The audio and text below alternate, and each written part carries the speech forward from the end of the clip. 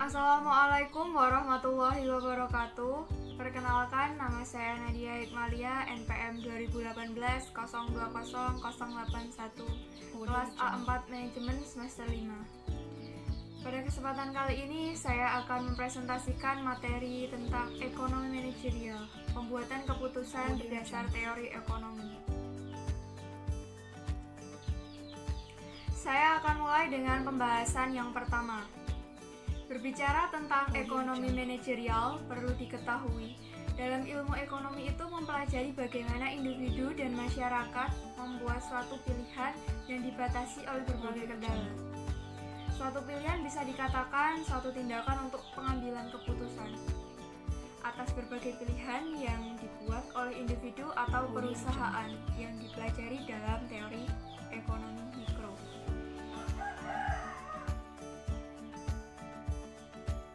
Ekonomi itu sendiri adalah studi tentang perilaku manusia dalam memproduksi, mendistribusikan, mengkonsumsi barang dan jasa, sedangkan sumber daya yang tersedia itu untuk mewujudkannya. Kemudian masuk kepada ekonomi manajerial. Gambarannya, ekonomi manajerial ini merupakan pengetahuan yang menunjukkan adanya aplikasi teori ekonomi dan analisis pengetahuan dalam pengambilan keputusan yang menelaah bagaimana organisasi dapat mencapai tujuan secara efisien. Atau bisa dikatakan penerapan teori ekonomi dan berbagai alat dalam ilmu pengambilan keputusan yang tujuannya untuk memecahkan berbagai permasalahan manajerial dalam suatu organisasi. Ekonomi manajerial juga membantu dalam melihat adanya saling keterkaitan beberapa bidang studi, sehingga memberikan pandangan lintas fungsional dalam bidang ilmu administrasi bisnis. Menurut Joel Dane, mendefinisikan ekonomi manajerial sebagai penggunaan analisis ekonomi dalam memformulasikan kebijakan bisnis. Jadi, ekonomi manajerial adalah teori ekonomi dan perangkat ilmu pengambilan keputusan untuk menentukan solusi optimal pada masalah keputusan manajerial. Selanjutnya, peranan ekonomi manajerial. Apa saja peranan ekonomi manajerial ini? Berikut ada skema peranan ekonomi manajerial.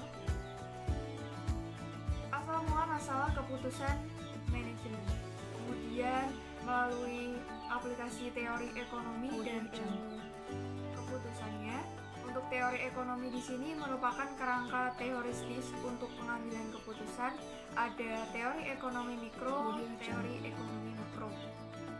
Untuk ilmu keputusan di sini merupakan jalan pengambilan keputusan yang berupa alat dan teknis penganalisisnya. Teknis analisis.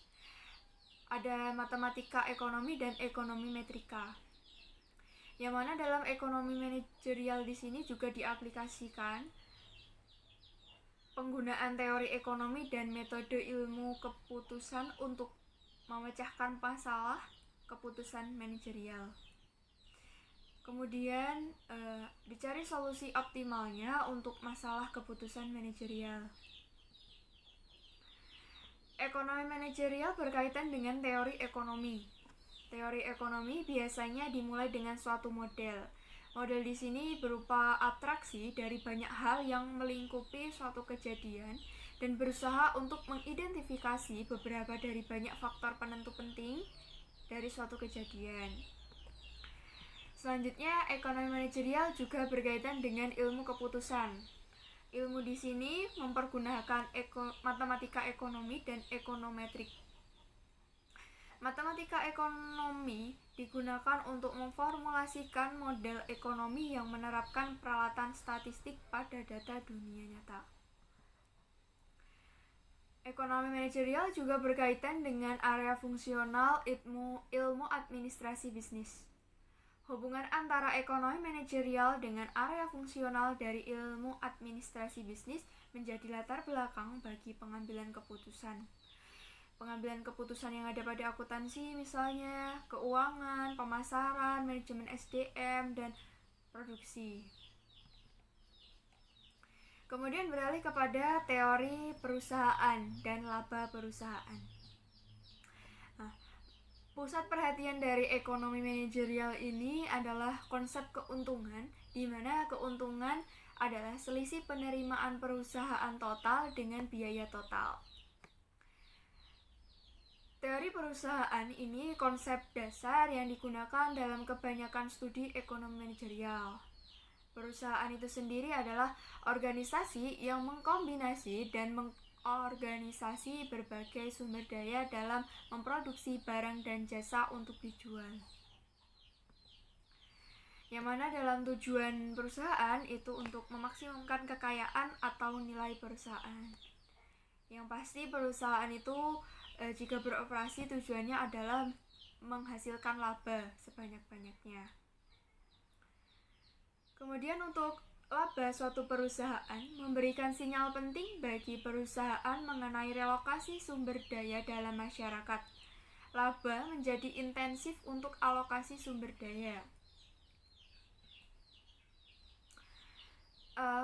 Teori laba dan fungsi laba. Untuk teori laba di sini ada teori monopoly theory of profit yang membicarakan tentang perusahaan yang mempunyai kekuatan monopoli dapat membatasi output dan menetapkan harga tinggi dibanding dengan harga yang ada di pasar, sehingga perusahaan bisa menerima laba lebih. Dalam teori ini menunjukkan perusahaan yang mempunyai kekuatan monopoli ini bisa membatasi outputnya, kemudian bisa menentukan harga tinggi dengan membandingkan harga yang ada di pasar. Jadi dia bisa memperoleh keuntungan lebih berdasarkan teori tersebut. Kemudian untuk fungsi dari laba di sini menjadi intensif bagi perusahaan untuk selalu meningkatkan efisiensi. Perusahaan terdorong untuk mencari cara meningkatkan efisiensinya agar laba tetap meningkat. Selanjutnya, teknik pengambilan keputusan. Dalam teknik pengambilan keputusan di sini, bagaimana cara dalam teknik pengambilan keputusan atau teknik pengambilan keputusan yang tepat dalam keputusan manajerial itu perlu dilakukan. Dalam ekonomi manajerial diperlukan teknik pengambilan keputusan yang tepat. Pengambilan keputusan dapat dilakukan dengan berdasar pada ketersediaan sumber daya. Sumber dayanya bisa material, money, dan metode. Kemudian ilmu ekonomi dan prinsip ekonomi juga dikombinasikan dalam pengambilan keputusan agar mencapai hasil yang optimal. Selanjutnya, tahap-tahap pengambilan keputusan manajerial. Yang pertama itu menentukan tujuan perusahaan. Tujuan perusahaan, kemudian mendefinisikan permasalahan. Setelah itu, mengidentifikasi permasalahan yang ada. Yang ketiga, mengidentifikasi solusi. Yang keempat, memilih solusinya. Ketiga adalah mengimplementasikan dari tujuan perusahaan di awal. Ya, selanjutnya ekonomi manajerial dalam perusahaan. Di sini berupa studi kasus. Contohnya masalah pengambilan keputusan yang ada di sebuah rumah sakit. Di rumah sakit berusaha mengobati pasiennya sebanyak mungkin dengan standar kesehatan yang cukup. Dengan keterbatasan sumber daya, misalnya dokter, fasilitas, perawat, dan lain-lain. Keputusan untuk membeli alat kedokteran yang relatif mahal, keputusan untuk menaikkan jasa medis bagi para dokter, dan sebagainya. Nah, aplikasi dari ekonomi manajerial atas masalah tersebut yaitu posisi laba. Posisi laba dalam tujuan rumah sakit. Sebagai organisasi normatif yang bersifat sosial, maka laba merupakan hal yang tidak lazim ditemui dalam manajemen rumah sakit, khususnya rumah sakit pemerintahan. Ya, jadi kesimpulannya ekonomi manajerial itu memberikan teori dan metodologi ekonomi yang dibutuhkan oleh para eksekutif dalam mengambil keputusan usaha dengan memanfaatkan konsep-konsep dan teknik-teknik dalam teori ekonomi dan teori pengambilan keputusan. Sekian yang bisa saya sampaikan, kurang lebihnya saya mohon maaf. Billahi taufiq wal hidayah. Wassalamualaikum warahmatullahi wabarakatuh.